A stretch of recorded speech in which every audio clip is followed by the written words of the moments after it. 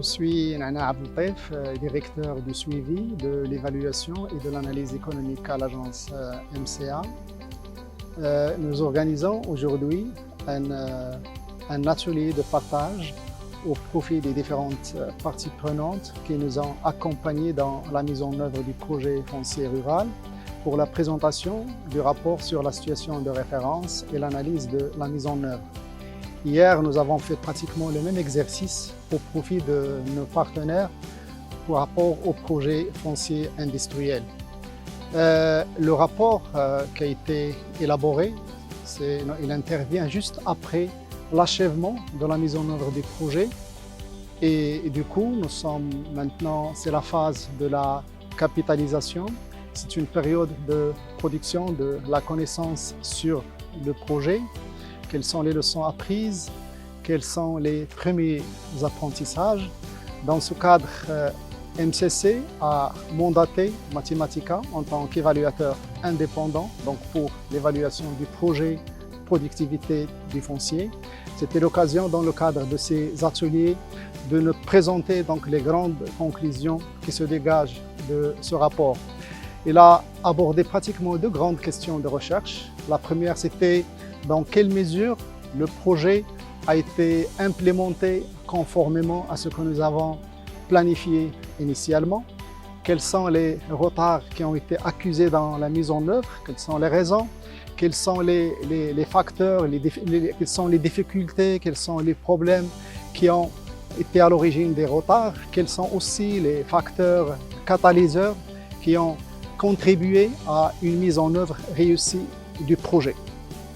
La deuxième question de recherche a trait beaucoup plus à de vérifier dans quelle mesure les objectifs du projet tels qu'ils sont inscrits au niveau du cadre logique du projet ont été atteints. Et du coup, donc, c'était par exemple pour un projet comme celui du foncier rural, nous avons comme objectif la milquisation de quelque chose comme 66 000 hectares au nom des ayants droit. Est-ce que ça a été fait? Est-ce que ça n'a pas été fait? Quel est le pourcentage? Et pourquoi donc, nous n'avons pas donc, atteint l'objectif? L'autre objectif de ce rapport du baseline, c'est beaucoup plus aussi donc, présenter la situation de référence à la fois d'un groupe de parcelles de traitement et d'un échantillon de parcelles témoins, donc par rapport au projet foncier rural qui fait l'objet d'une évaluation d'impact. L'idée, c'est avoir une idée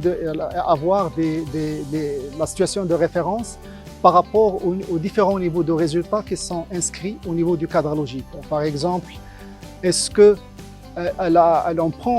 tout se passe comme si on prend une photo à l'instant T, donc avant l'octroi des titres aux ayants droit, comment se présente la situation de l'octroi des crédits aux bénéficiaires des projets à l'échelle des parcelles de traitement, comment se présente la situation aussi au niveau des parcelles de témoins, aussi qu'en est-il d'un autre niveau de résultats comme les transactions foncières. Donc on prend une photo donc, à l'instant T, donc avant l'octroi des titres fonciers, et bien sûr on va suivre l'évolution de tout ça dans le temps.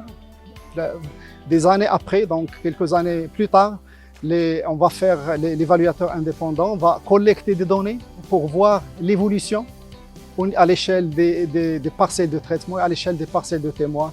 Et du coup, ça sera l'occasion pour lui d'évaluer quels sont les impacts qui sont imputables exclusivement à l'impact du projet, du moment à ce qu'au niveau de la situation de référence, elle a réussi à vérifier qu'il y a une équivalence entre les parcelles de traitement et les parcelles témoins.